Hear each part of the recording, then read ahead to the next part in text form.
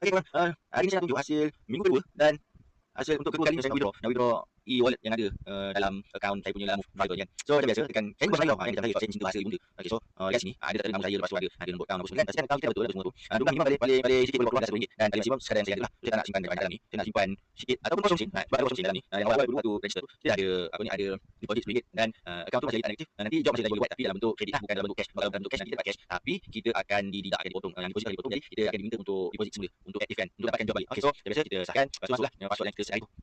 Saya pun lupa password tu. Sini kot. Alright, dah betul. So, nanti bila kita masuk adalah jam 10 hari Isnin ataupun jam 10 hari Khamis. Kalau macam ni malam ni adalah malam Rabu kan, Rabu malam. Esok Khamis tu malam esok lah. Paling kuat dan paling lambat adalah pada hari Jumaat pagi tu. Alright, dan tengok rekod ataupun ni rekod yang selesai yang saya dah buat banyak. Dan satu tempat tu sebabnya phone mati bateri tak apa nampak. Saya tak perasan itu. So, saya balik semula ke rumah. Dan apa yang lagi penting yang saya nak tunjuk kat sini mungkin yang bukan yang ni tapi statistik. Okey, statistik yang ni untuk hari ni saja. Lebih kurang dalam 3 jam lah buat job ni. 3 jam. Dapat 4 job, 3 jam dapat total RM33.72 sen. Dan untuk e-wallet lah, dan untuk cash saya dapat RM22.70 sen. Total RM56.40 sen. Okey, aku santai-santai balik je sebelum sampai rumah tu tinggal sikit, tinggal kan. Dan alhamdulillah rezeki. Abang kata budak-budak mana KL, kat Selangor pun kawasan-kawasan hotspot tu boleh lah duduk suka kan. Santai-santai. Nak kaya tidak, tapi nya adalah. Kalau satu minat tu, saya ada sediakan link tu, boleh klik kat situ. Okay, bye-bye.